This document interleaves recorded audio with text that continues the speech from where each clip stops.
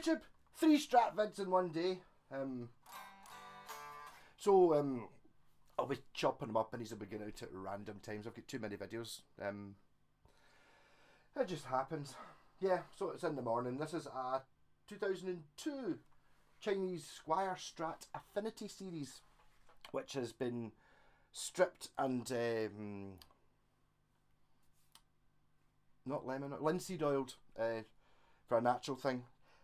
I think it could be maybe a wee bit better there, but the rest of it looks great, I think. Apparently this was bought for peanuts, and someone, it was originally blue and someone had scratched their name in it and all these things. It's like, so stripping it down and ended up with something like this is actually pretty good, and it feels nice. It's got a sort of light, honest strat feeling about it. I've just done the same chap's standard series strat. The neck on this one I would say was chunkier, so it's slightly on the other side. I was talking about that one, could have been yesterday's video, could have been 10 minutes ago, whatever it was.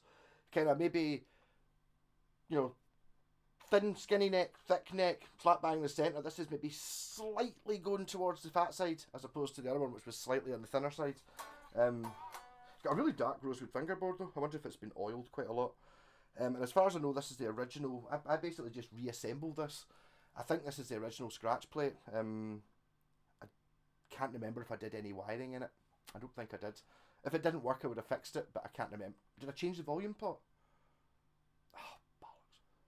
Having too many guitars. I need an order book to actually write down what it is I do with these things.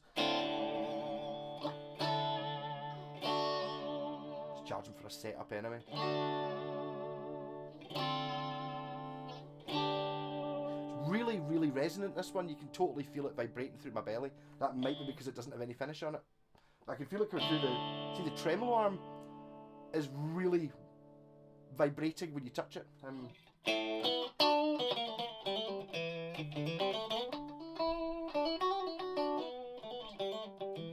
put it. No, it wasn't this one I put push pull on.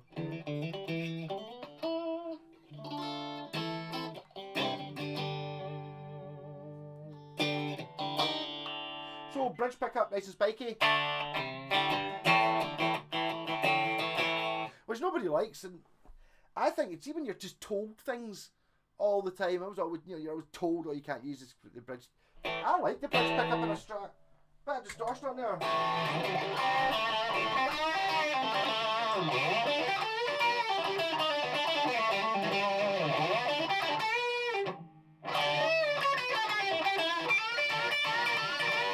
I like it. Neck pickup as well. Neck pickup with a bit of tone taken off.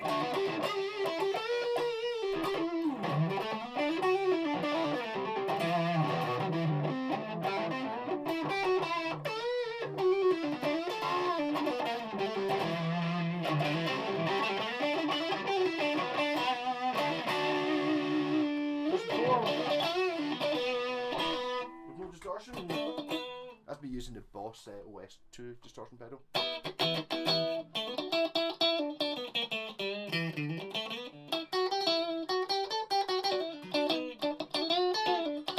I think I'm going to turn the reverb pedal on. I'm going to change it from shimmer. The reason I was using shimmer because I was playing through the cards and it's already got reverbs. I thought, why have normal reverb twice when I can have shimmer reverb and normal reverb? So if I just put this to spring, turn it on, we get reverb. Sort of, yeah, that'll do.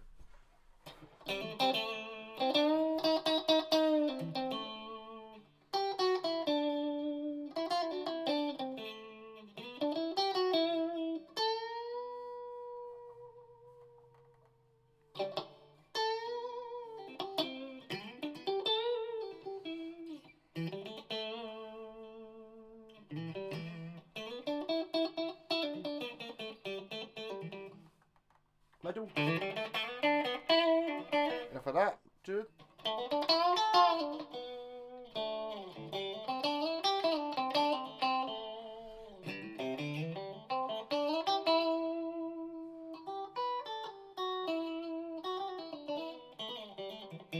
I'm not sure this neck is actually thick. I think it's just it's quite a thick rosewood fingerboard, so it kind of looks, or maybe because it's dark, it looks thicker, which is fooling me. I think it's basically exactly the same carve as that the other one, the standard series. It just looks.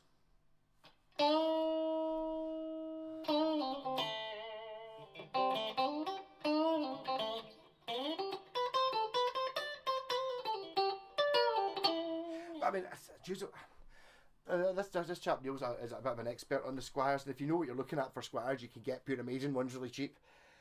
But there are some pitfalls, as in some of them are pure gash. I don't know when that happened. This is an O2, so I think they're good in O2, and what was the other one, a 99. So the bad ones must be before that, or maybe after that when they got really shit. I don't know. It's just that they're not all brilliant. There's models, and obviously they're made in different factories. They're all called Squire Stratocasters. They all be called Squire Affinity series, but one year it's made in factory X, and the following year it's made in factory Y, and everything's different. It's still a strat, but it's like different woods, different manufacturing process, different pickups, different hardware. So it's a case of finding a good one and keeping it. I should probably do. Someone must have done a chart somewhere where it's like, here are the ones you want, and I bet you the ones you want are much. But I think since you do that, the ones they get much more expensive, don't they? But it's got decent tuners on it. It's sort of sealed type. Pickups are fridge magnets, but they're totally fine. So you get that. The bridge is very. I think part of the reason this bridge is, I don't think this bridge has ever been floated. I think it's just been set, so it's basically like brand new, or maybe just because I've reassembled the guitar. I imagine it's just like the small box, just a standard trem one, the standard Strat. It's just really responsive in this one.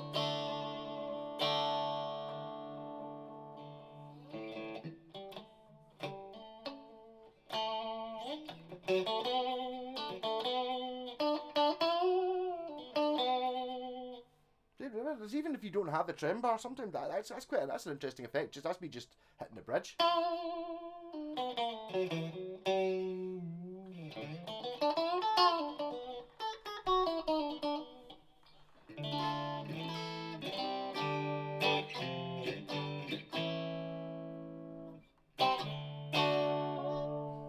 As you think about it, this has got this is a solid wood body, so this is post Yamaha Pacifica's adverts, which used to slag off Squire and Epiphones for being plywood. Maybe that was when they had to up their game. But I think I've heard actually Anders was talking about that when the Pacifica came out, like the original Yamaha Pacifica, the cheap one, the £150 one, in the 80s they made the £1,000 one. It really forced everyone else to change what they were doing, because suddenly they were producing a guitar that was pretty much giggable, and everything on it was good for like 150, 200 quid, and all the other companies were making guitars that looked like a guitar for 150 quid. It wasn't until you got up to 300, 400 you ended up getting ones you could actually gig. So I think maybe that this is a post, well, 10 years after that, but at this point they were doing. So I think the shit ones must be early 90s with their plywood tops and stuff. Tone ply, of course.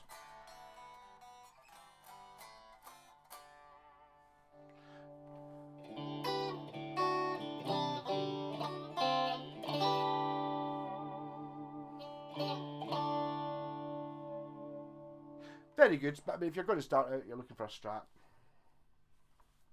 There is a certain safeness going for a Make You Know and a Squire, and if it's after the kind of 2000s, I think you're all right. With a Squire, you're not going to get a Shanner.